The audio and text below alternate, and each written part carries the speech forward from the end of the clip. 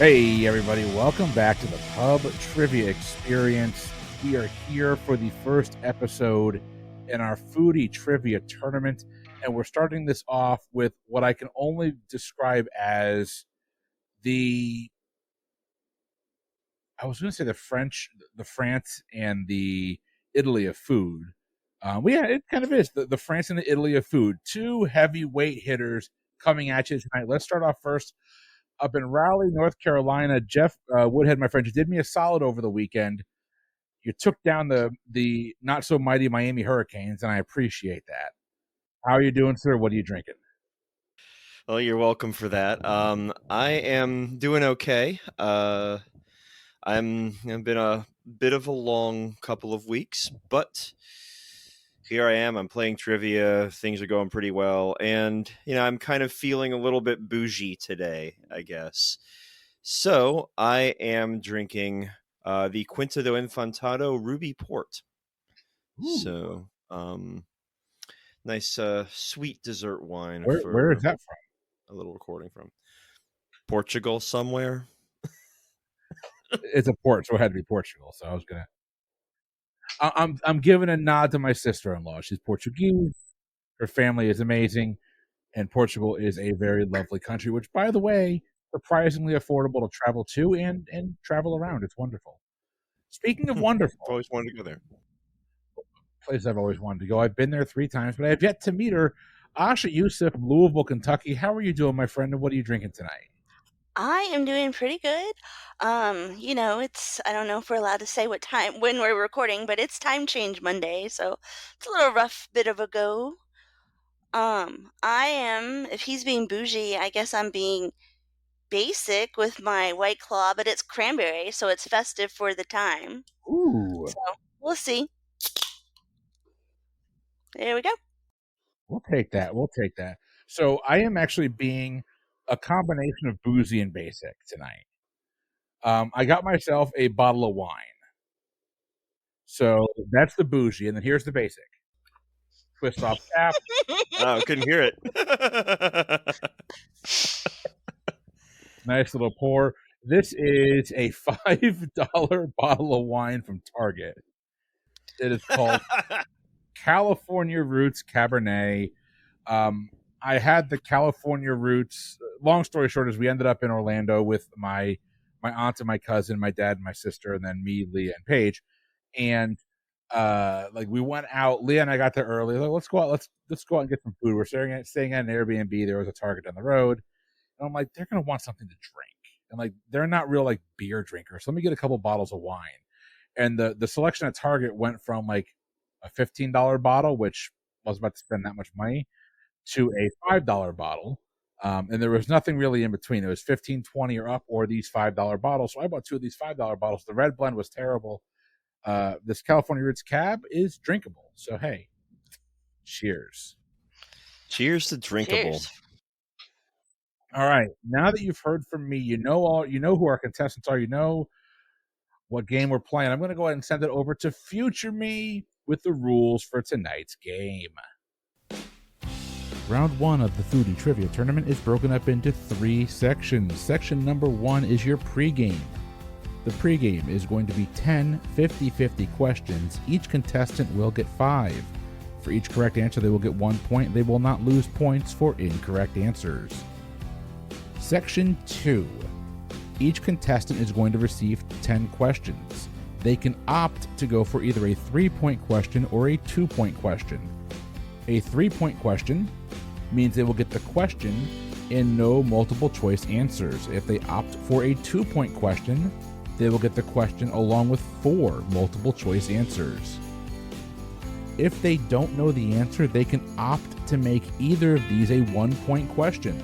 If you go from a 3-point to a 1-point question, you will be given 4 multiple choice answers. If you go from a 2-point to a 1-point question, those 4 multiple choice answers you have turn into 2. Section 3 of the tournament is your standard wager round. 3 questions, and they can wager any amount that they have accumulated up to that point on those 3 questions. If they get a question right, they get the points. If they get the question wrong, they will lose the points. Now back to the game. All right. So you know the rules. We got 3 rounds of trivia. Asha, we spoke with you earlier in the game, and you opted to go first in the pregame. Here's how your pregame is going to go. I am going to give you the name of a cocktail, and then I'm gonna you're gonna be given 2 categories. Your categories are gonna be gin or tequila. I'm gonna give you the name of the cocktail. You tell me, does this cocktail have gin or tequila in it? Okay. Does that make sense? Indeed it does. All right. Asha, we are starting off with you. Is this a gin or a tequila cocktail? You get Margarita. No. Sorry. wasting away again a margarita. Oh, that's in peach. It's actually gin and tonic is the question. Oh, great. Even better. Asha, you get nothing quite that simple. Your cocktail is called the Brave Bull. Let's say tequila. It is 1 part Kahlua, 1 lime cut into wedges, 2 tablespoons of granulated sugar, a teaspoon of cinnamon, a half teaspoon of cinnamon, a quarter teaspoon of cayenne pepper, and 2 parts tequila. Sweet. Correct answer. All right, Jeff, we're going over to you. Yours is going to be a Corpse Reviver number 2. Oh, gosh. I think the Corpse Reviver had gin in it, but don't hold me to that. It's been a while since I've made one. I guess I'll go with gin. Fuck it. Fine. A Corpse Reviver, the number 2 specifically, is made, it's absinthe to rinse. Right. Lillet Blanc, 3/4 ounce, 3/4 ounce orange liqueur, 3/4 ounce lemon juice, and then 3/4 ounce of dry gin. Gin is correct. Right. Each 1 for 1 so far. We got a couple of alcoholics in the panel. Whoop, whoop. All right, Asha, going back to you, your cocktail is called a Frostbite. Frostbite. Let's try gin. A Frostbite is going to be made with blue curacao liqueur, a half ounce of white creme de cacao, a half ounce of cream, Luxardo cherries, and then 1.5 ounces of tequila. A Frostbite is a tequila drink. No points there, Asha. I'm sorry. Sorry. I knew once you said blue carousel that I was wrong. Yeah. Nope. I'm not to bury the lead, but with some of them, it's a little, yeah. All right, Jeff, Yeah. something you never get at home. Your drink is called The Last Word. Oh, man. I actually think I've seen this cocktail in some of the books I have. I think it's gin again. I'm going to go with that. Well, it is made with chartreuse, maraschino liqueur, lime juice, cherry, and gin. Gin is a correct answer. All right, Jeff's got a 2-1 lead. Question number 5 goes to Asha. Asha, your drink is a Paloma. Tequila. A Paloma is tequila. Nicely done. So not to bury the lead there, but a Paloma is made with tequila, grapefruit juice, club soda, lime juice, agave nectar, or simple syrup, salt, and ice. And this is actually a delightful drink. And one I've heard of. It's quite good. I don't you like grapefruit juice usually, but that's like the one context I like it in. I live in Florida, the grapefruit capital of the world. Grapefruits could just go to hell. They've never, in no way, shape, or form does a grapefruit taste good. I've never said, "Oh my God, give me a grapefruit," unless it's my last words, or if I don't eat a grapefruit, I'm going to die. All right, Jeff, going to you. Your cocktail is a passion cocktail. Gin. A passion cocktail is 3 ounces of cranberry juice, 1 ounce of lime juice, a splash of a brandy-based orange liqueur, lime slices to garnish, and 2 ounces of tequila. I've never heard of that drink. Drink. All right, Asha, you guys are even right now. Your drink for question number 7 is Pim's Cup. Pim's Cup. Was this in Ant-Man and the Wasp, do we think? Were they drinking that sometime? I Listen, do not know. Heyo. I there. They didn't touch on it in the movies, but in the comics, Hank Pym's kind of a dick. And by kind of a dick, I mean a real dick. So yeah, he probably had a few of these at one point. Let's try gin again. A Pym's Cup.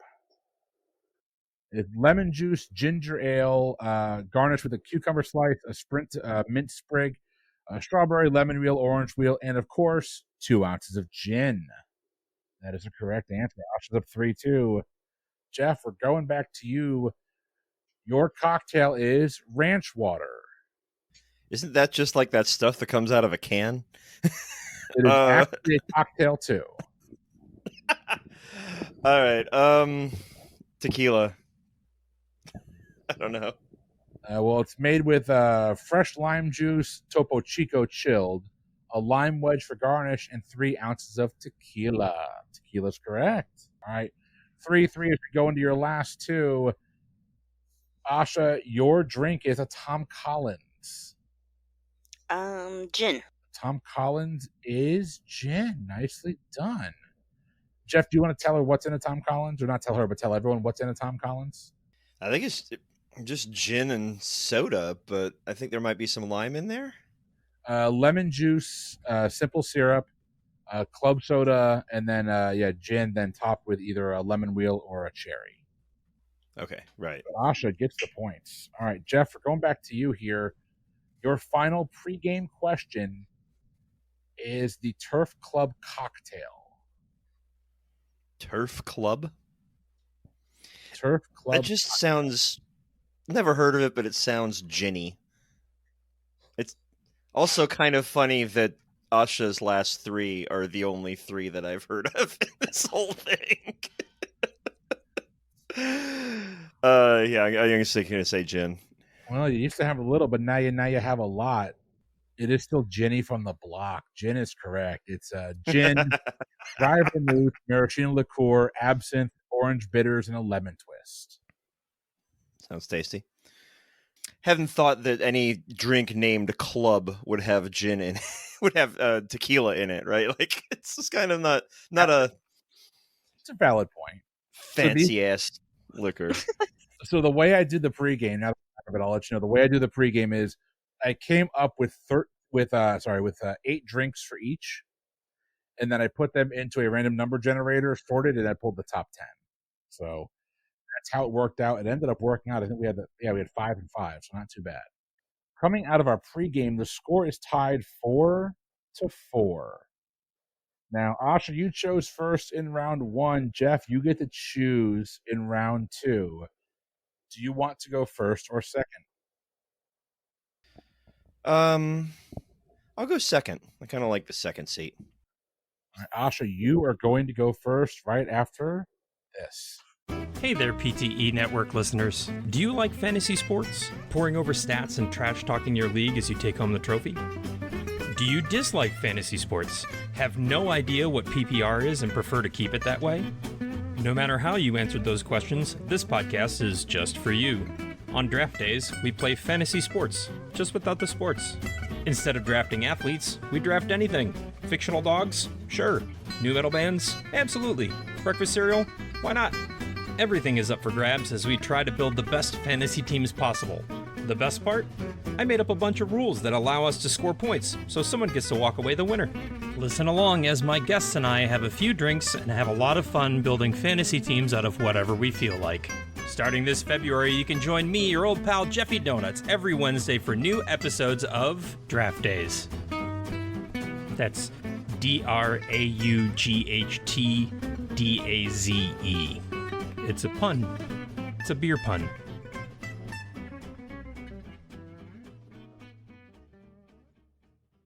All right, Asha, you are going to go first here. Now you get to choose. Do you want a 3-point question or a 2-point question? And do you want me to go over how this works, or are you okay? I think I'm all right. Let's start with a 2-point. Ease my way into it. We're going to ease our way in with a 2-point question. The way a 2-point question works, I'll read you the question. I will read you 4 possible answers. If you get it without the pull down or whatever you want to call it, the half off, you'll get 2 points. If you need the half off and you get it right, you get 1 point. Here is your 2-point question. Asha, in the southeastern United States, it's popular to drop salted peanuts into which of these types of cola? Pepsi, Dr. Pepper, Coca-Cola, or RC Cola? Interesting. I had an idea, and then you threw another one in there that I kind of liked as well. Maybe I'll do the 50-50. Your 50-50, is it going to be Dr. Pepper or Coca-Cola? Oh, I should have just gone with it. Coca-Cola. Coca-Cola is correct for 1 point. That RC threw me off a little bit. I was like, well, maybe. Royal Crown.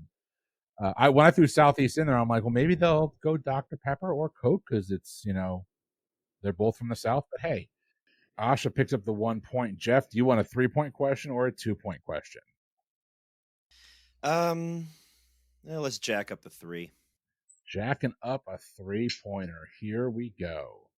A mixture of Campari, gin, sweet vermouth, and garnished with an orange peel is generally Negroni. known. A Negroni is correct. Let me finish reading the question. Sorry, it's my old Quiz Bowl days coming in. You drink a lot of Negronis playing Quiz Bowl, Jeff? Unfortunately, not in high school. Might have made me play a little bit better, but Negroni is a correct answer. Asha, 3 points or 2 points? Let's go 3. All right, you're going 3. This is a fun yet somewhat common piece of trivia, but the Caesar salad originated in what large country in the Americas? Mexico? Mexico is a correct answer. All right, Asha picking up 3 points there. Jeff, where are we going? Let's go 3 again. Going back to 3s. What breakfast cereal used an ad campaign claiming, quote, it takes 3 bowls of Special K to match the nutrition in 1 bowl of blank? Yes, the bowls and other cereals were used interchangeably in these ads. I feel like Raisin Bran used to do that crap. Because for some reason that's sticking in my brain right now. So I'm going to say Raisin Bran. Oh, Raisin Bran, unfortunately, is not a correct answer. I don't even see this cereal out there anymore. It's a cereal by the name of Total. That's what I was going to guess. Yeah. Okay. Yeah. Now I remember that campaign better. Yeah. All right, Asha, 3 or 2 points? Let's go 3. All right, here is your 3-point question. Crips Pink or Pink Lady is a cultivar of what type of fruit? Apple?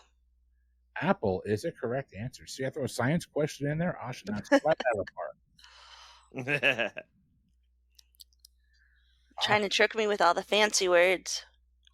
I am. I had to I had to Google how to pronounce cultivar. So. Jeff, we're going over to you. Where do you want to go? Let's go 3. Going for 3 again.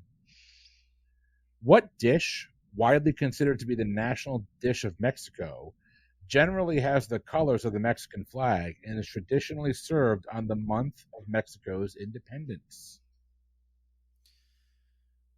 Oh.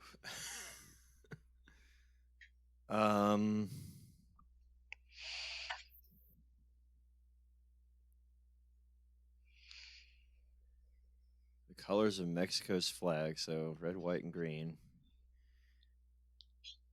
I don't know. There's those enchiladas that have different sauces on them. And I think that's mostly a northern Mexico / Sex-Mex thing. I don't know. I'm just gonna guess arroz con pollo. Unfortunately, not. You probably should have gone for a 1-pointer and turned it into a multiple choice because that's not one of your choices. Yeah. Your choices would have been chile en nogada, chilaquiles, pozole, or elotes. And the answer is chile en nogada. I still And probably no- would have missed it 'cause I would have guessed the other one, but I didn't know. Chilaquiles. I knew chilaquiles and I knew Chilaquiles are delicious. elotes. They are Yes, delicious. they are. They're great hangover food. Mexican food in general is a great hangover food. And if you're drunk, Taco Bell works too. So hey, don't you laugh It's at just me nice to now. wake up in the morning and like shove some tortilla chips into a pan and be like, "That's my breakfast."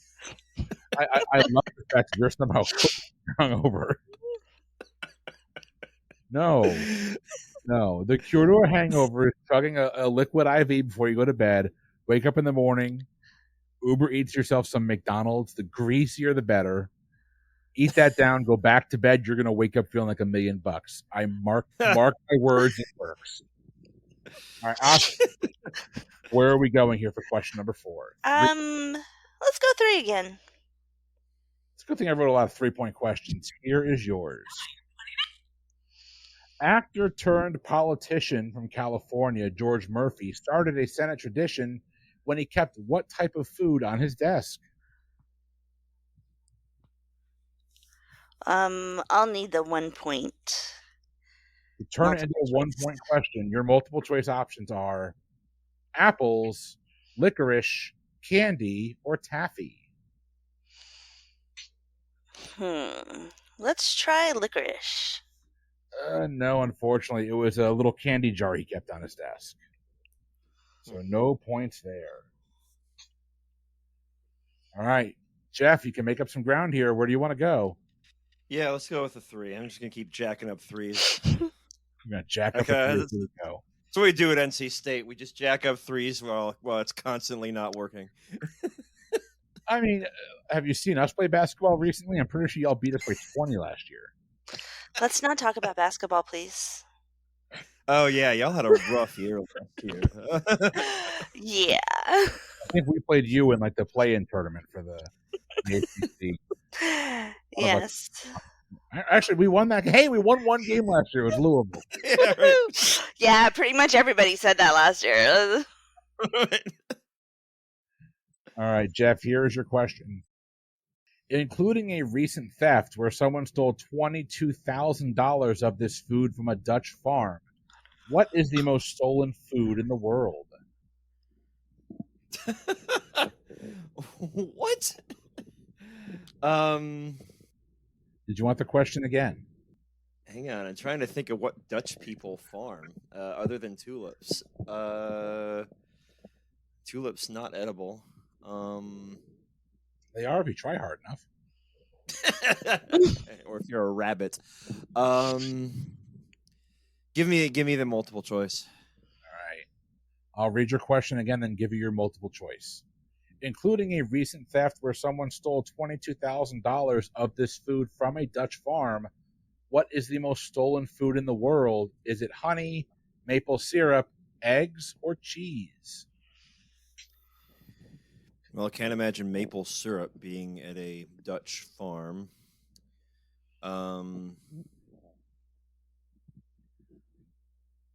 Honey doesn't. Well, I had originally kind of thought maybe cheese, so I guess I'll say cheese. Cheese is a correct answer, although I will not have you besmirch the good name of hardworking Dutch syrup makers. Do they have maple trees in No! the Netherlands? I hope not. Oh, Lord. All right, Asha. Question number 5, 3 or 2 points for you right now. Let's do 2. We're going back to a 2-pointer.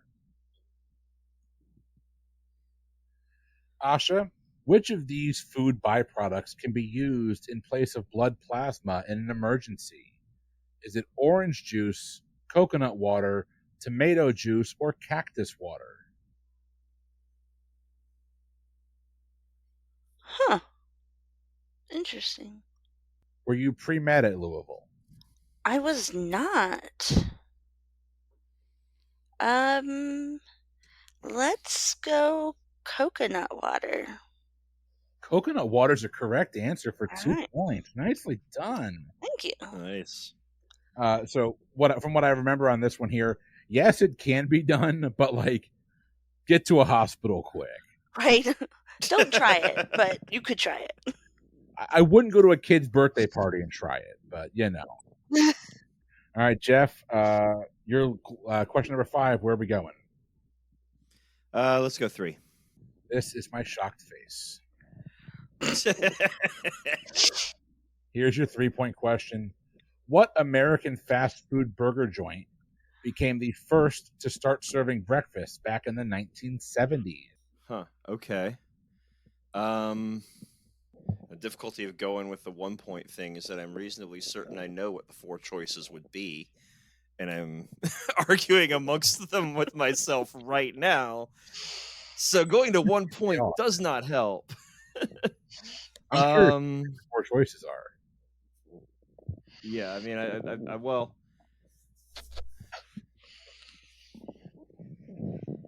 I kind of think it was Burger King, so I'm gonna go with that.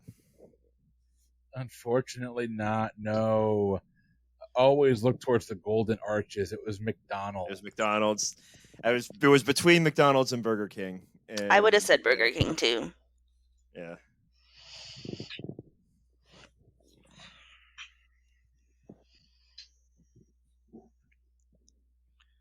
All right. At the midpoint here of the game, Asha has got a 14-8 lead. Asha, back to you. Which level point value are you going with for question number 6? 2. Going back to a 2-pointer. Oh, my Lord. Okay.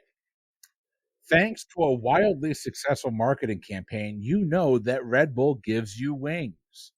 But which of these is not a flavor of Red Bull? Watermelon, blueberry, nectarine, or banana?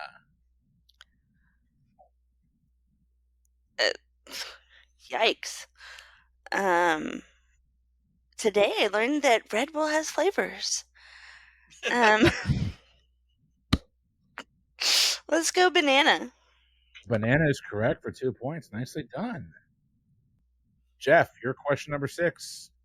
I'll go with 2. Going back to 2. Little worms is the English translation for which of these types of pasta? Vermicelli, linguine, farfalle, or spaghetti? Well, let's see here. It's not linguine. It's not farfalle.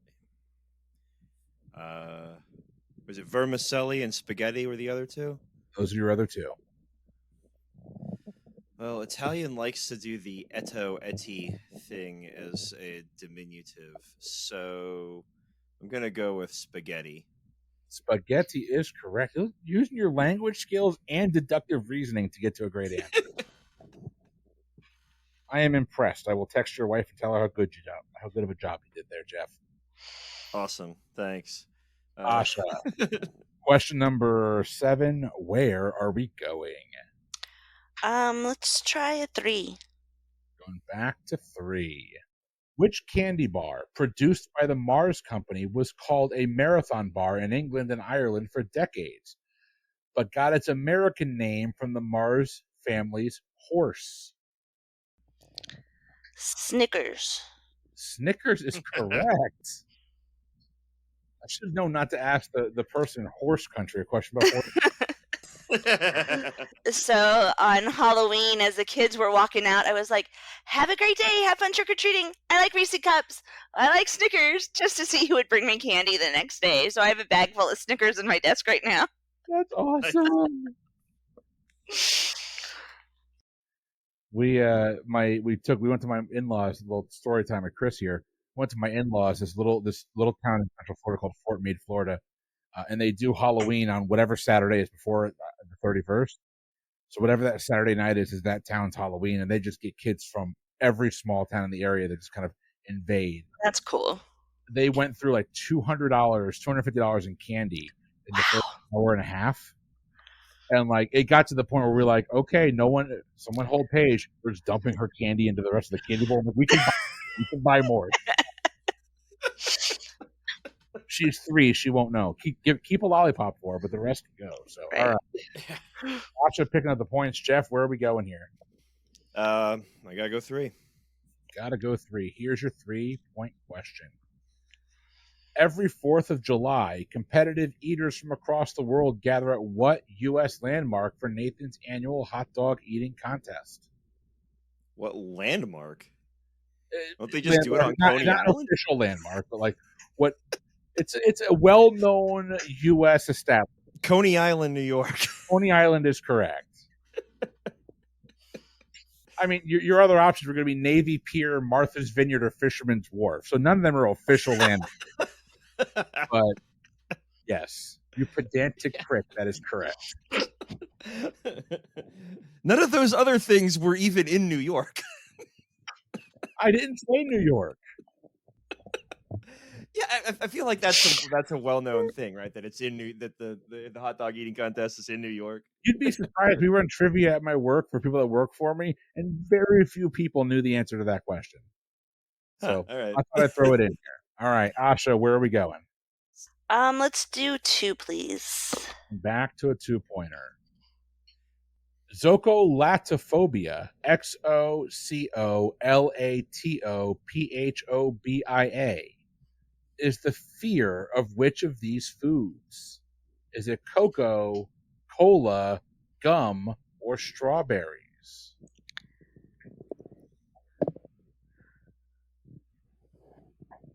And if you need me to spell that or read the question again, let me know. Yeah, will you spell it again, please? It's Xocolatophobia, Phobia. And it's the fear of which of these foods? Cocoa, cola, gum, or strawberries? Thing is, it has cola in the spelling. However, I think I'm going to go with gum. No, unfortunately, it's cocoa. It's a fear of cocoa. Yep. I feel like that's a lot easier if you pronounce the word properly. Xocolatophobia. Isn't that pronounced chocolatophobia? The pronunciation guide I looked up online had it as like a Z. Oh, really? Yeah. So I guess I've always heard that the X in that word pronounced sh. Hey, you know what? I thought it was a trick. All right. Jeff, going 3.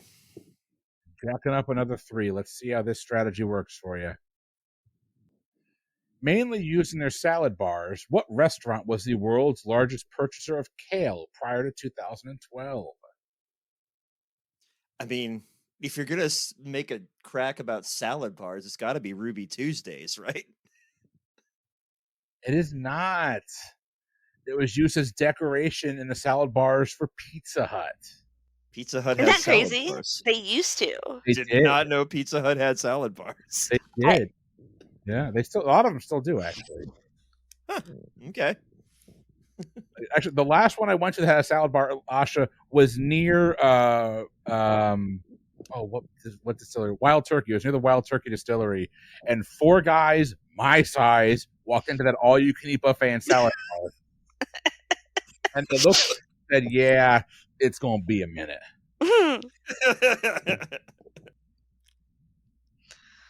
All right, we are on to question number 9. Asha, where are we going? Let's do another 2, please. Back to 2.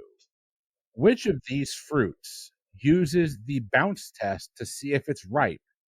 This means that if you drop it from a reasonable height and the fruit bounces, it is ripe and ready for consumption. Is it a lime, a lemon, a blueberry, or a cranberry? I feel like... Can I get the multiple choice part, please? You want to bring it Bring it down to 1, yeah. All right, which of these fruits uses the bounce test to see if it's ripe? That means that if you drop it from a reasonable height and the fruit bounces, it is ripe and ready for consumption. Is it a lime or a cranberry? Cranberry?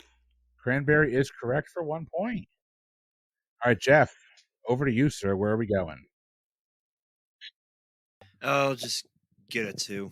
Jeff, Which of these is the name of a mega milkshake covered with outlandish toppings that have previously included whole donuts, brownies, and entire pieces of cake?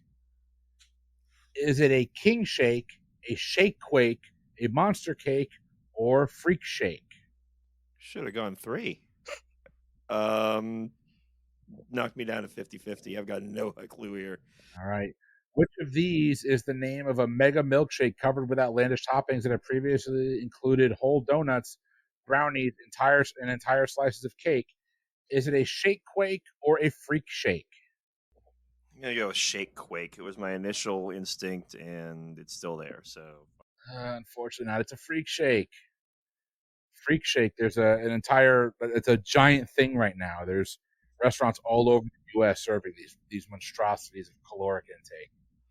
I have not been to one of these restaurants, clearly. I've never heard of this. Asha, where would you like to go now? Let's do a 3.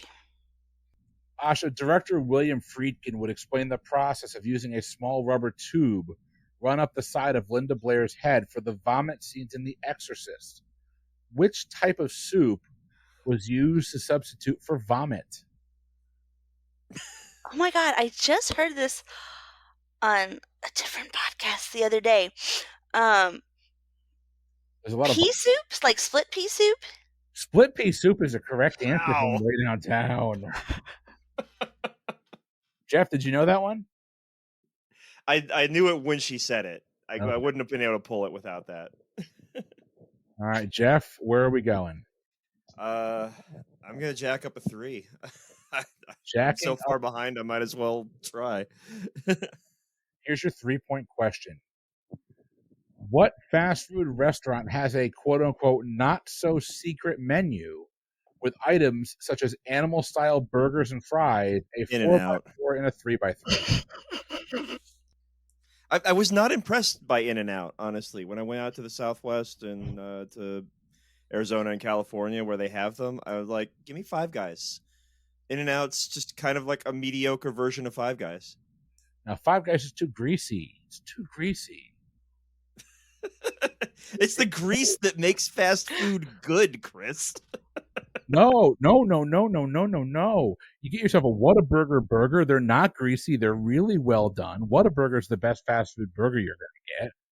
In-N-Out is good quality. It's good quality. It's not amazing. It's not the best thing in the world, but like, if I'm passing In-N-Out or many other fast food restaurants, and I don't do that in Florida because they're not freaking here, I'm going.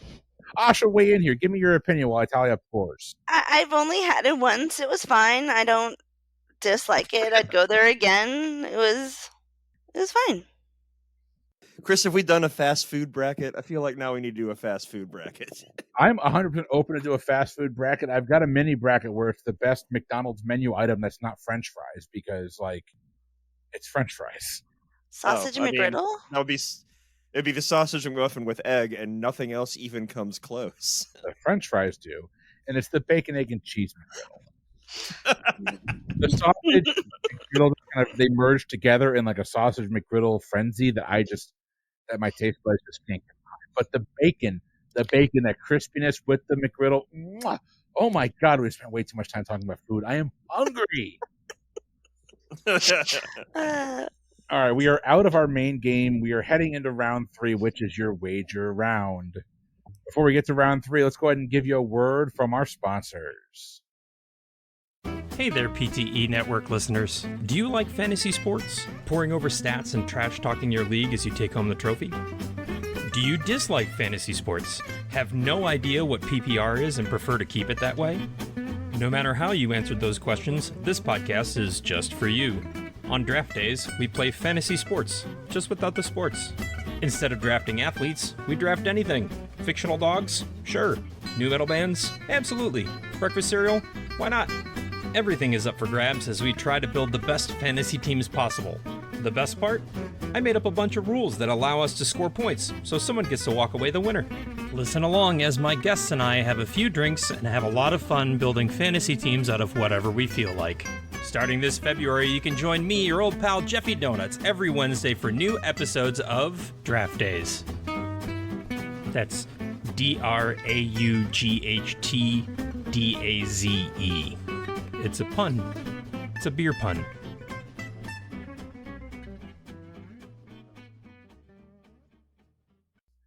All right, we are here in round 3. Your scores currently sit.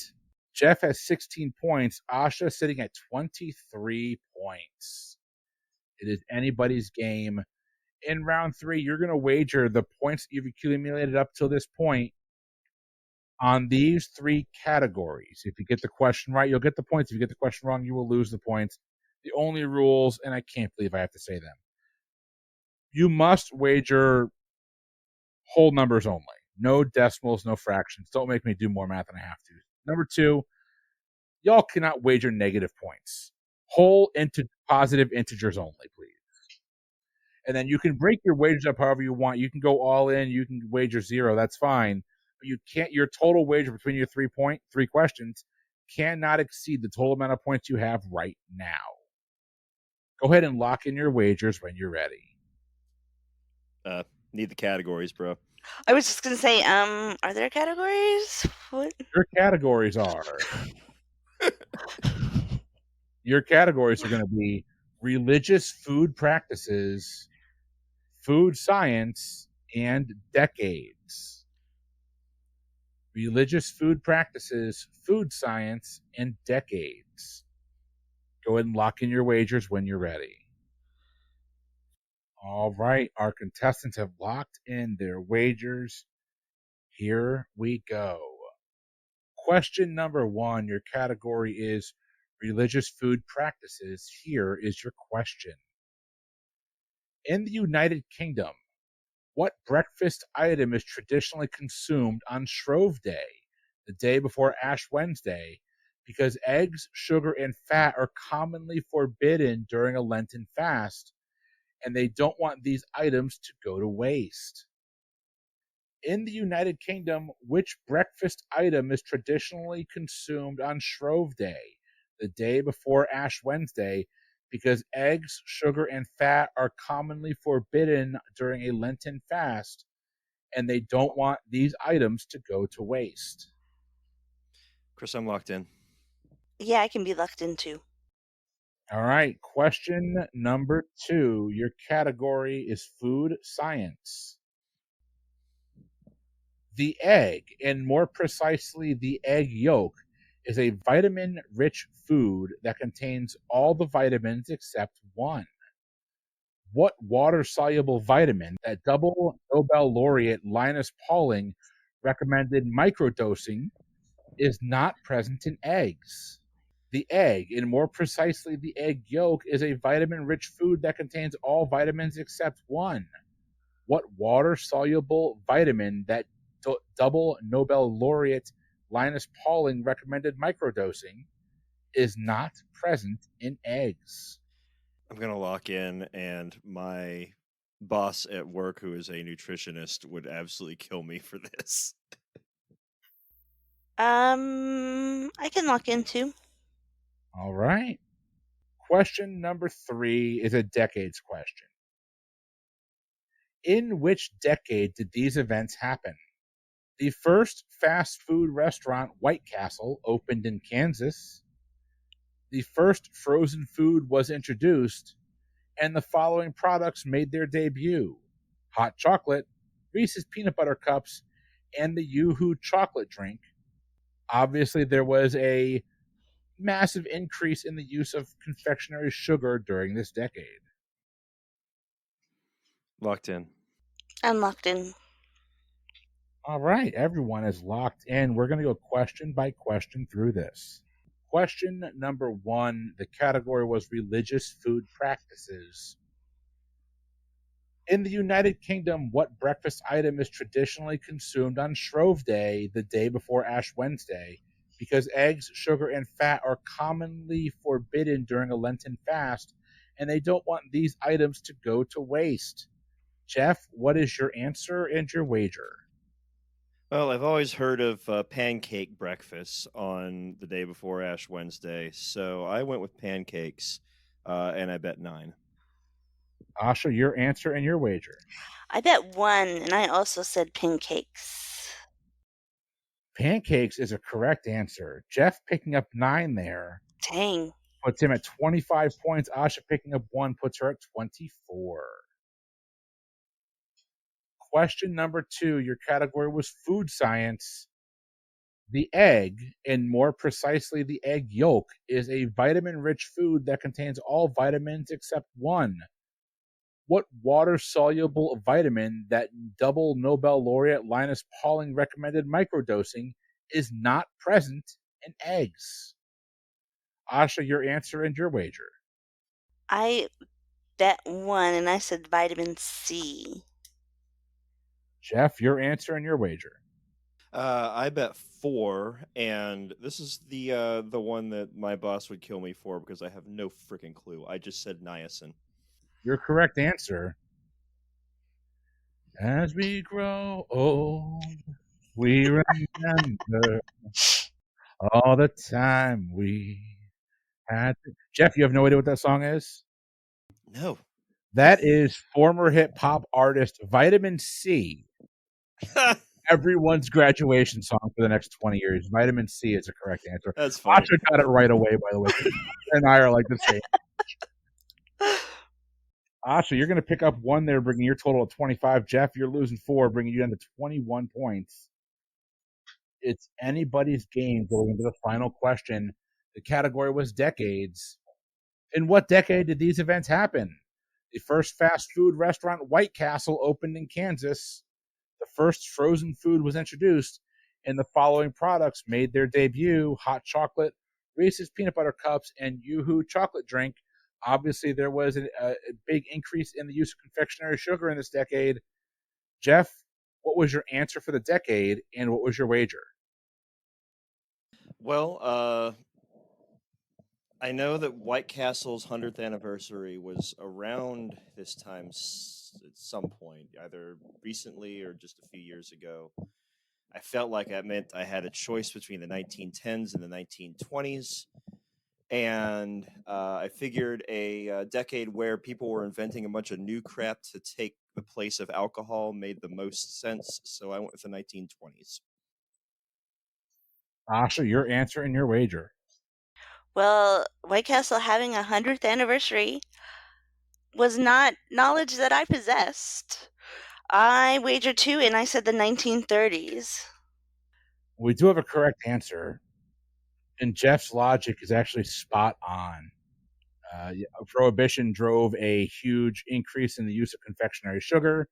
A lot of those items were used as alcohol substitutes. The 1920s is a correct answer. Well done. And that means, Jeff, you're going to pick up a 1-point win tonight, 24-23. Nice game to both. Nice job. Wow. Actually, I went way too conservative, I guess. Yeah, well, I figured I needed to bet everything. So I was like, all right. No, so I'm looking at the scores here. How much did you bet on this one? I was down by 5. You lost 2, and I gained 3. So no, I was only. Or were you the up last 4? Time? It was 25, before 21? The last question. It was 25-21. Oh, okay. Then then that makes sense. All right. Yeah, I apparently had just scrambled my own brains there. Like an egg, which does not have vitamin C, Jeff. Right. Apparently not. Who knew? Also knew. That was just a lucky guess. I was debating between calcium and vitamin C and just figured it might be vitamin C. Good guess, Asha. Both of you, you're the first 2 to play test this game. Honestly, had no idea how this was going to go going in. Did you have fun tonight? Absolutely. Yeah, it's always a fun time. Well, Jeff, we will see you in the next round of the tournament. Asha, my friend, it's always a pleasure hanging out with you. Thank you. I think we talked on the episode that we recorded last week. We've still got to pop your boozy cherry, so that is coming up. Let's do it. Maybe for a McDonald's food bracket. Yes, because I heard your all's opinions and you're wrong. All right. Well, ladies and gentlemen, before we go, let's give our contestants one last time to give themselves a shout out or shout out anything they want. Asha from Louisville, what are you passionate about? What do you want our listeners to know or to consider thinking about in the coming months? I don't know, it's getting colder, so make sure that if you can, you're doing something nice for people who are less fortunate. Donate coats, donate food. I don't know, something nice. It's a great idea. I mean, we don't have any boats in Florida, but it's a great idea. We have coats here, so not today because it was warm, but in general, Jeff, this what time about of you? year is very cold. Yeah, I've nothing to add to that. I don't know. By the time this airs, it won't be election day tomorrow anymore. So it's yeah, go vote in your next election. Yeah, and if you can volunteer at a food bank or a soup kitchen or something, it's always a good way to help out. I had an opportunity through work to do some volunteer event at one of the local food banks, and I didn't actually work in the food bank itself. They have this giant warehouse downtown where they just bring people in, and you just sort food, put them on pallets, and get them ready to go on the truck. Y'all, like I told my boss after I got out of this event, we were there for 4 hours. I was a mess. I was sweaty. I was dirty, and I felt good. I told my boss, I'm like, I don't care what I've done for you in the last 5 years. This was the most value added work I've done. It felt so good. So Jeff, I 100% echo that sentiment. It's totally worth doing. A lot of people out there, especially coming to this time of year, need a little bit of help one way or another. If you have the means to do so, help them. If it means that you don't, hell, if it means that you don't do our Patreon that month and you want to give that $10 a month to a charity, I 100%, I love it. Do it. You have my blessing. But you've heard enough from us tonight. We had a good time. We hope you had a good time listening to this. We'll see you next week with the next episode of the Foodie Trivia Tournament for the Pub Trivia Experience. Hold up, back it up. Check the show notes for all of our fun information, our Discord, our Patreon, which is just patreon.com/PTEBB. But all that stuff is right there in the show notes. For the Pub Trivia Experience, I have been Chris. I've been Asha. And I've been Jeff. And we'll see you next time. Until then, have a good one.